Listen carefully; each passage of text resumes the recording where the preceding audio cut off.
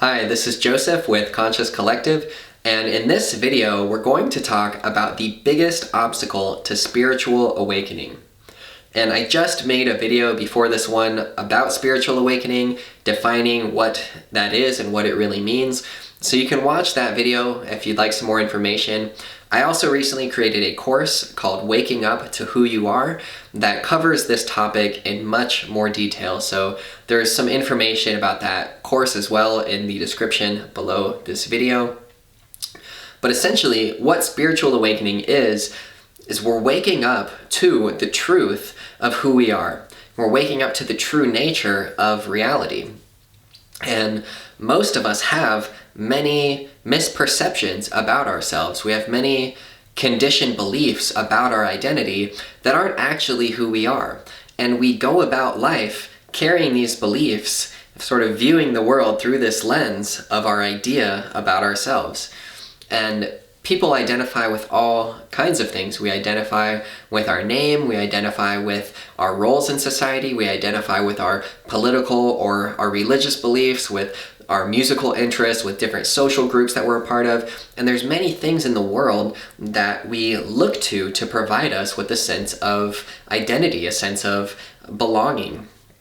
And these make up our perception of ourselves. And so essentially what spiritual awakening is all about is inquiring into these unconscious beliefs that we have about our identity, and in doing so, looking within and waking up to the actual truth of who we are.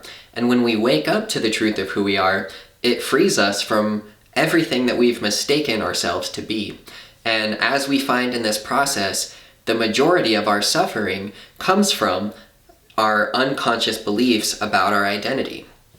And so in this process of looking within, of questioning our identity, there comes this, again and again, there comes this single obstacle that we face. And essentially what this obstacle is fear. We have a fear of letting go of our current beliefs about reality, our current perception of ourselves, and we fear letting that go in order to open ourselves up to a new possibility, a new perception of who we are or of what the truth is. And so fear continues to manifest itself in many different ways on this journey of awakening. And so in a sense, we can boil all of this down to essentially fear. Fear is the number one obstacle that prevents us from growth. It prevents us from change because we are unwilling to let go of what we're familiar with in order to embrace something new and unknown. But a particular way that fear manifests itself in this journey of self-inquiry, of self-realization, of waking up, is what I want to discuss specifically in this video. And this is all around our identity and our beliefs about who we are. So when someone has a belief about their identity, that belief makes this person feel safe. It makes them feel secure. It makes them feel as if they belong to whatever it is that they identify with. And so if someone is deriving their sense of safety, their sense of security from this belief, usually unconsciously, then questioning that belief, challenging that belief, even honestly looking at it for what it is, can be very challenging, and it can be really uncomfortable because it can sort of uproot or is like pull the rug out from underneath someone and really disorient them. It can sort of shatter their worldview if their fundamental belief is questioned or is seen beyond. And this becomes the biggest obstacle that people have to awakening. They have a certain belief about who they are, and they can inquire into that to a certain point, but as soon as they get to something that is really some sort of belief that they really cherish, something that they really identify with, then it becomes too uncomfortable to question that. And I'll give a couple examples here. So let's say that someone identifies with being a good husband or a good wife, a good partner, and their entire life their whole perception of life, of themselves, revolves around this idea of them being a good partner. Then let's say some situation or circumstance changes and they get a divorce, they separate, or something tragic happens to their partner, and all of a sudden this person is now back with themselves. They're single again. They're not a partner.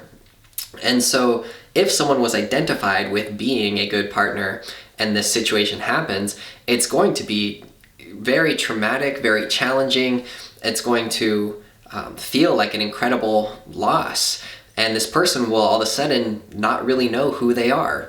They'll realize that they've been putting their whole sense of self in this marriage, and upon separation, they're no longer sure of who they actually are.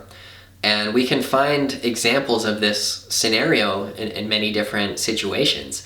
Someone could identify with being a really good salesperson, for example, and their whole idea of themselves is around being a salesperson. That's who they really think they are. Internally within themselves, they identify and they think like, I am a salesperson.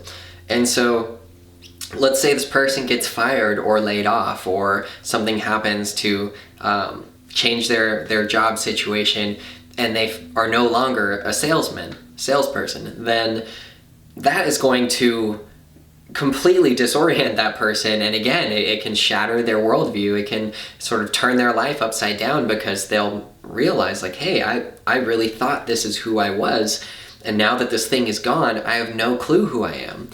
And most people do this with everything, with so many different things, whether it be a marriage, whether it be their job, whether it be the religion that they identify with, the political ideology that they identify with. We are constantly looking to things in our environment to identify with, and I think that this is a very natural thing for us to do as humans. Is we want to belong, we want to be part of a tribe, and so we're kind of always scanning our environment and looking for our tribe, looking for the things that we belong to. And once we find something that we can identify with, we quickly grab onto it and start to form these images about this being ourself. We form a story that this is who I am, and that makes us blind to the actual truth of who we are. And so usually it takes some kind of significant experience to shatter our worldview, to get us to this point where we start to actually question ourselves on a deep, essential level. Because if everything's going good and life is enjoyable and pleasurable and fun, then there's no real motive, no real reason for us to question things. It's really when our beliefs about our identity are seen through, when they're shattered, when they're taken away from us, that we're put in this position to realize, or to start to question, who am I? What is my essential nature? And as we continue to inquire in this process, trying to find out who we are, we may continue to come up against these different beliefs about our identity. And so this is the biggest obstacle, is being willing to let go of your current perception of self in order to open your awareness to the possibility of a deeper perception of who you actually are. And this can be frightening. It can be scary if we really cling tightly to these beliefs. And so I invite you to examine these, to question your beliefs about your identity, and to be radically honest with yourself about this, to notice in yourself, not just on an intellectual level, but on an emotional level, what do you derive your sense of identity from? Can you see examples in your own life where you are identifying with things, where you are internally creating this story that I am so-and-so, I am this person, I am this job, I am a Christian, I am a Democrat or Republican, I am a on and on and on. Look at the things that you identify with and ask yourself, are those things really who you are? And what is the I am? If I am a Christian, if I am a Republican or a Buddhist or whatever it is, if I am this or that, what is the I am prior to any label that you, any label that you give to it? What is that essential being?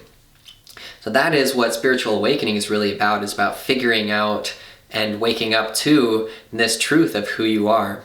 And the biggest obstacle in this process is fear, and the fear of letting go of what we are attached to, letting go of our attachment to our current worldview, our current perception of ourselves or of life. And so we have to be willing to be open, be honest, and to sincerely desire to know what is the truth, because it really is that genuine desire to know truth that carries us through all the way to the end of this journey. That carries us through all of these layers after layers of beliefs that we have about our identity, to wake up not just intellectually but emotionally on a deep level to the fundamental truth of who we are. And this process is what I explore in depth in the Waking Up to Who You Are course. So if this calls to you, if this inspires you and you want to have some guidance in this process, then please check out the course, because that's what it's all about, is about helping you wake up to who you are. But know that in this process of waking up, that fear will continue to present itself. And you don't have to allow your mind to be controlled by fear or limited by fear. You can actually just recognize it. And simply by recognizing fear when it arises, we can practice relaxing with it. There's nothing you have to do about it. You don't have to try to get rid of it or run away from it, because that's just more fear. All you have to do is recognize. And with that awareness, as soon as it becomes conscious, it no longer has control over us. It's usually our unconscious emotions that are pushing us and pulling us from here to there. But as soon as we bring these unconscious patterns into our awareness, they become conscious, and we have the choice in how we wish to respond. I believe it was Viktor Frankl that has this quote. He says, "Between stimulus and response, there is a space, and in that space is our power." So between the stimulus of fear and the response to that fear, we have a space where we can choose how we wish to respond. We don't have to blindly react, and we don't have to be limited by our fears. We can really change our relationship to fear simply by being aware of it, by seeing what it's teaching us. What are we afraid of?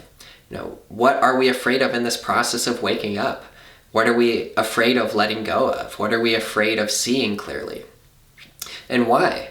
Why are we afraid of it? So obviously this is a very, very deep subject, and it really cuts to the core of our humanity, and beyond that to the to the spirit, the spiritual essence of who we are.